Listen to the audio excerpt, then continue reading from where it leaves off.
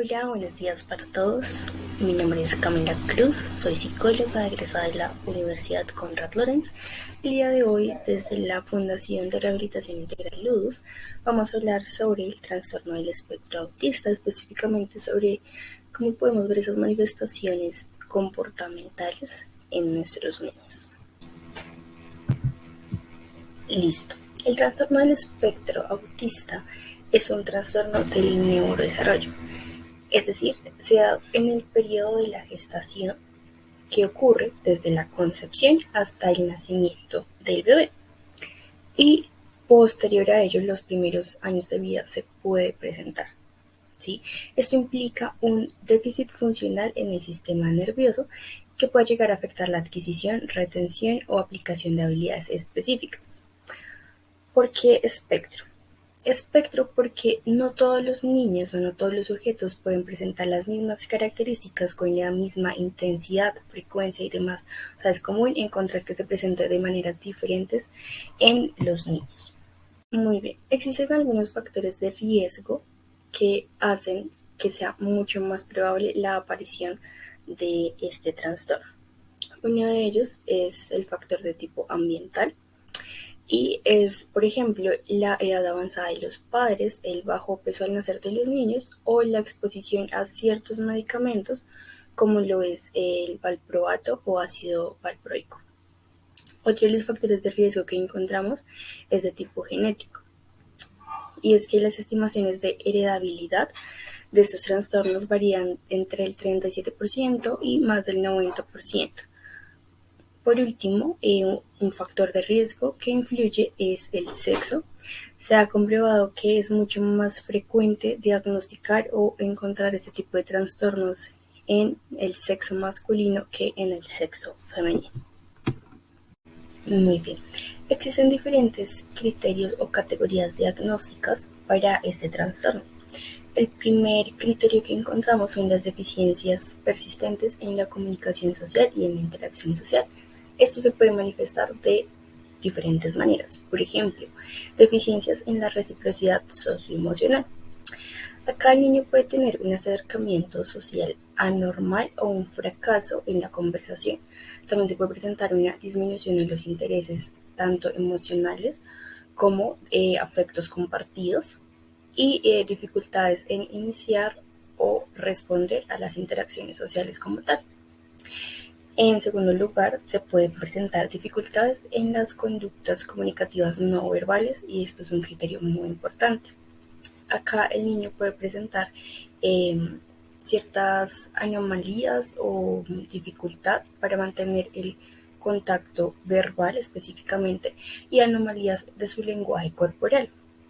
Se pueden presentar también problemas en la comprensión y el uso de gestos, hasta una expresión facial plana que puede llegar a no corresponder con lo que estoy hablando. Y en tercer lugar encontramos la dificultad en el desarrollo, mantenimiento y la comprensión de las relaciones sociales. Acá el niño puede tener problemas para ajustar el comportamiento ante los diferentes contextos o situaciones sociales que se presentan. Puede tener dificultades para compartir juegos imaginativos con otros niños o hasta para hacer amigos. Entonces, en este primer criterio, estos comportamientos se pueden presentar de la siguiente manera. El niño puede presentar poco o nulo contacto visual. También puede hablar extensamente sobre un tema. En esta parte puede tener dificultad para entender que otra persona no le es de su interés, o por ejemplo para hablar extensamente sin que otra persona tenga la oportunidad también de participar. También, bueno, puede tender a no escuchar a las demás personas, o por ejemplo también cuando se hacen diferentes llamados al niño por su nombre y demás, puede no escucharlos. Como les comentaba, pueden presentar expresiones faciales, movimientos y gestos que no coinciden con lo que está diciendo. En ocasiones también se puede presentar un tono de voz inusual, por ejemplo, como si cantara, similar a un robot, o en ocasiones total plenitud. También el niño puede tener problemas para comprender el punto de vista de otra persona. Muy bien. Un segundo criterio o categoría de diagnóstico son los patrones restrictivos y repetitivos del comportamiento, los intereses o actividades. Este es un factor fundamental que se presenta y es crucial para el diagnóstico también. Entonces, esto se puede presentar de 4 maneras diferentes. La primera de ellas con movimientos, utilización de objetos o habla repetitivos. Es decir, estereotipias motoras como el aleteo de las manos. Digamos, el aleteo de las manos es uno de los primeros signos que puede presentar un niño en la edad temprana para el diagnóstico. También puede presentar movimiento rápido de los dedos y en cuanto a los objetos, alineación de cierta manera de sus juguetes o, por ejemplo, cambio de lugar de los objetos y es común encontrar también ecolalia, es decir, repetir las palabras que otra persona nos diga. En segundo lugar, se encuentra la insistencia en la monotonía, la inflexibilidad de rutinas o patrones ritualizados de comportamiento. Acá es común encontrar angustia frente a cambios pequeños, dificultad con transiciones o patrones de pensamiento rígido. Entonces, el niño puede tener, digamos, rituales de saludos, quiere tomar siempre el mismo camino, no sé, hacia su casa, de la misma manera, puede también incluso llegar a comer los mismos alimentos siempre, caminar sobre el mismo perímetro o también se puede presentar, por ejemplo, con su vestuario. En tercer lugar, los intereses restringidos y fijos que son anormales en cuanto a su intensidad o foco de interés. Esto es como el factor clave de este tercer criterio o categoría. Entonces acá se puede presentar un fuerte apego o preocupación por objetos que normalmente serían inusuales, ¿sí? Entonces, por ejemplo, un niño puede tener un fuerte apego hacia, no sé, un sartén, preocupación por una licuadora, cosas de este estilo, ¿sí? Que para ellos implica un apego, ¿sí? Entonces, también pueden llegar a presentar intereses excesivamente perseverantes, por ejemplo, con temas muy específicos, digamos, con los números, con hechos históricos, con detalles, etc. Y en cuarto lugar, se presenta el hiper o hiporreactividad a los estímulos sensoriales. Entonces, en este caso, el niño puede presentar mayor o menor reactividad, ¿sí? Por ejemplo, con la temperatura puede presentar dolor o incluso puede que no le moleste, ¿sí? También respuesta a sonidos o texturas específicas, por ejemplo, con la ropa. Ciertos niños son hiperreactivos a las texturas de sus prendas, entonces comúnmente debemos ajustar como el vestuario. O para otros incluso puede que esto no implique una dificultad. También en este criterio es común encontrar cierta fascinación o, por el contrario, reactividad hacia estímulos visuales o el movimiento.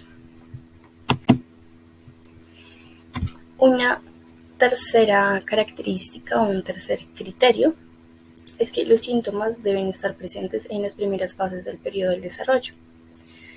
Puede que, por ejemplo, no se manifiesten en su totalidad hasta que la demanda del mismo contexto supere las habilidades que el niño presenta. Entonces, esto es uno de los criterios clave y es que sí o sí es común encontrar que se presente en los primeros meses o años de vida. Un cuarto criterio es que los síntomas causan un deterioro clínicamente significativo. Es decir, que, por ejemplo, en cuanto a sus áreas de ajuste, las diferentes áreas que el niño puede tener, es común encontrar que afecta más de un área. Y por último, es que la discapacidad intelectual y el trastorno del espectro autista con frecuencia coinciden. Entonces acá para hacer el diagnóstico de esta comorbilidad, la comunicación social, que fue un criterio pues que ya vimos, debe estar por debajo de lo previsto para el rango general del desarrollo o para su nivel general de desarrollo. Listo. Ahora esto se diferencia según su gravedad y la gravedad se establece desde los criterios de comunicación social y los comportamientos restringidos y repetitivos. Encontramos un primer grado, que es como el grado más leve. En cuanto al criterio de comunicación social, acá el niño puede tener dificultad para iniciar una interacción social, puede presentar respuestas de pronto atípicas o insatisfactorias hacia la apertura social con otras personas y puede parecer incluso en ocasiones que tiene poco interés con las interacciones sociales. Respecto a los comportamientos repetitivos, hay una cierta inflexibilidad del comportamiento que puede llegar a causar interferencia significativa con el funcionamiento en uno o más contextos. En este caso, digamos que es común que se presente en uno o dos contextos, ¿sí? Esa misma inflexibilidad le genera una dificultad para alternar sus actividades y puede llegar a presentar problemas de organización y planificación que dificulten su autonomía. Un segundo nivel, en términos de comunicación social, el niño puede presentar deficiencias notables, y cuando digo notables es que un observador externo se daría cuenta de, ¿sí? Entonces, estas deficiencias son respecto a las aptitudes de comunicación social, verbal y no verbal. También puede presentar problemas sociales incluso con ayuda de otra persona. Se manifiesta un inicio limitado, aunque es voluntario, es un inicio limitado en moderación de interacciones sociales y de respuestas reducidas, ¿sí? Es decir, el niño en las interacciones sociales puede llegar a necesitar ayuda en ocasiones porque puede que sus respuestas sean muy limitadas. Respecto a los comportamientos restringidos o repetitivos, la inflexibilidad del comportamiento, la dificultad para llevar a cabo cambios en su comportamiento o intereses son evidentes para el observador e interfieren con el funcionamiento en algunos ámbitos. Es decir, acá ya no hablamos solo de un contexto, sino de dos o más contextos, ¿sí? Y el hecho de alternar estas rutinas, estos cambios, puede llegar a generar una ansiedad moderada. Y en el último nivel, o el nivel 3, acá pues los niños ya presentan una mayor dificultad en términos generales. Respecto a la comunicación social, las dificultades de aptitud de comunicación social verbal y no verbal causan alteraciones graves del funcionamiento. Un inicio demasiado limitado hacia la apertura y una respuesta mínima a la apertura social. Digamos que acá puede parecer que al niño no le interesa comunicarse o puede que no le interese socializar o hablar con otras personas, ¿sí? Y necesita de ayuda constantemente. Respecto a los comportamientos restringidos o repetitivos, la inflexibilidad del comportamiento, la extrema dificultad de llevar a cabo cambios en el comportamiento e intereses interfieren notablemente en el funcionamiento en todos los ámbitos. Entonces, si se dan cuenta, acá ya no estamos hablando de uno, dos contextos, tres contextos, sino de todos los ámbitos en los que se desenvuelve el niño. Y el cambio de foco de atención o de acción genera una ansiedad intensa en el niño. Es común encontrar en pacientes con autismo algunas comorbilidades, ¿sí? Es decir, bien sean trastornos o algunas alteraciones o afecciones que se presentan a la par con el autismo. En este caso es común encontrar problemas gastrointestinales como dificultades de, por ejemplo, estreñimiento, problemas de colon, también convulsiones, trastornos del sueño como insomnio o hipersomnia, irritabilidad, ansiedad, depresión y problemas de atención. Algo positivo en estos casos es que muchos de los niños de autismo pueden llegar a aprender cosas con detalle, con mucha facilidad. Esto debido a su interés por ciertos detalles, hechos y demás. También son unos grandes aprendices visuales y auditivos específicamente y pueden tener unas grandes fortalezas en áreas como matemáticas, ciencias, música o arte. Entonces, en este caso, cuando les comentaba sobre la hipo o hiperreactividad, es Como encontrar, por ejemplo, algunos niños que, no sé, les es más fácil aprender o adquirir un nuevo conocimiento a través de altos niveles de música, por ejemplo, o a través de películas y demás. Entonces, cuando puedan identificar estas situaciones, es porque en ellos parece funcionar y en ellos los está estimulando positivamente. En cuanto al desarrollo y curso, en los niños pequeños los síntomas se reconocen normalmente durante el segundo año de vida, pero en ocasiones se puede incluso llegar a observar antes de los 12 meses si los retrasos del desarrollo son graves. Algunos niños presentan una paralización importante o una regresión del desarrollo en cuanto a sus interacciones sociales o el uso del lenguaje durante los primeros 2 años de vida. Y esa sería como nuestra señal de alerta. Durante los primeros 2 años de vida es importante realizar el diagnóstico oportuno. Listo. Respecto a los niños menores o de edad preescolar, se puede presentar una alteración de la atención compartida que se manifiesta por la incapacidad para señalar con las manos. Y eso es muy importante.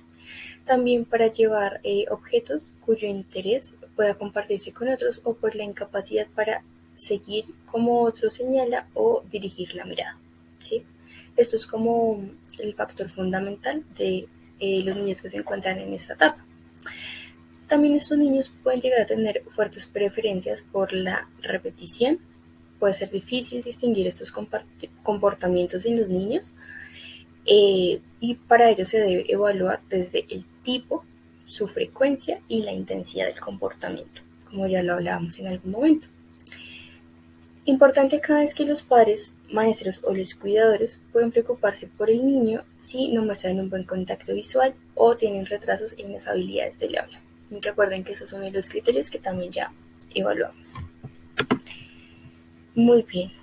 Los niños mayores que se encuentran en una etapa un poco más grande, puede haber sospecha de si el niño tiene dificultades para hacer amigos o tiene comportamientos repetitivos.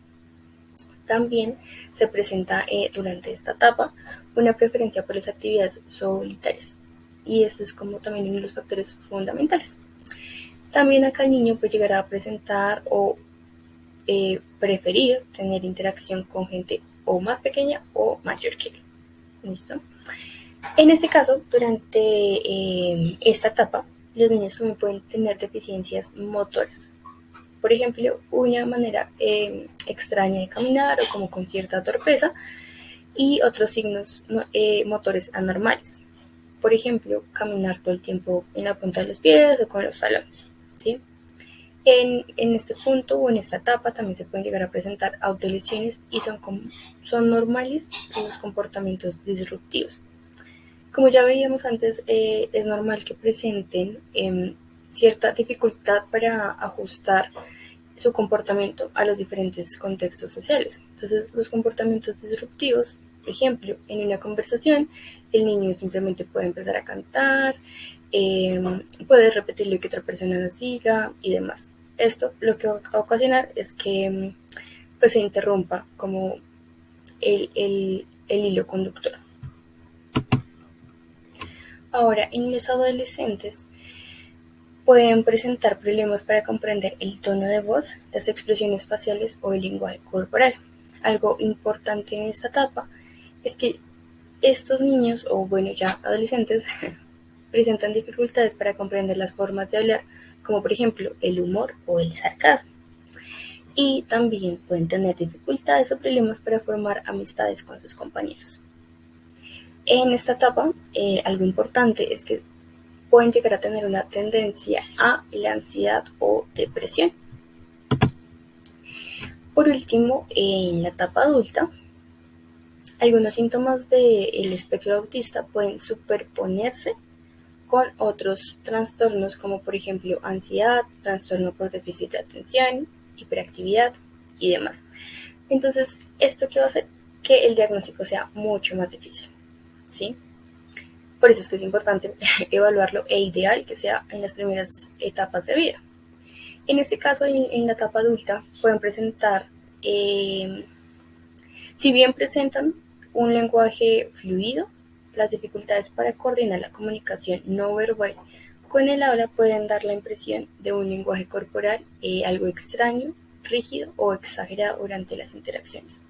Como ya lo veíamos en ocasiones, puede que su expresión facial no coincida con lo que nos están contando o verbalizando. Y eso es algo que se puede presentar en esta etapa también. Listo. Respecto ahora a las consecuencias de un diagnóstico tardío, por ejemplo, en los niños pequeños encontramos que la falta de habilidades sociales y de comunicación puede impedir el aprendizaje, ¿sí? Particularmente en la interacción social. Nosotros como individuos desarrollamos ciertas habilidades que únicamente se dan durante y en la interacción social. Entonces, esa falta de exposición puede llegar a impedir el aprendizaje. Ahora, en la casa, por ejemplo, la insistencia en la rutina, aversión a los cambios y las sensibilidades sensoriales pueden interferir con actividades básicas como comer, dormir y hacer muy difíciles o dificultar, por ejemplo, cuidados rutinarios como el corte del cabello, las intervenciones dentales y demás. Entonces, también en casa normalmente se pueden presentar ciertos accidentes por este tipo de situaciones. Ahora, las dificultades para planificar, organizar y enfrentarse a los cambios impactan negativamente en los logros académicos, incluso cuando algunos de estos estudiantes o algunos niños pueden llegar a presentar una inteligencia por encima de la media. Y durante la edad adulta, estos individuos pueden tener dificultades para establecerse con independencia. Esto se da por la continua rigidez y sus problemas para aceptar novedades. Muy bien, eso sería todo. Espero que esta presentación haya sido de su agrado y de su entendimiento. Muchísimas gracias.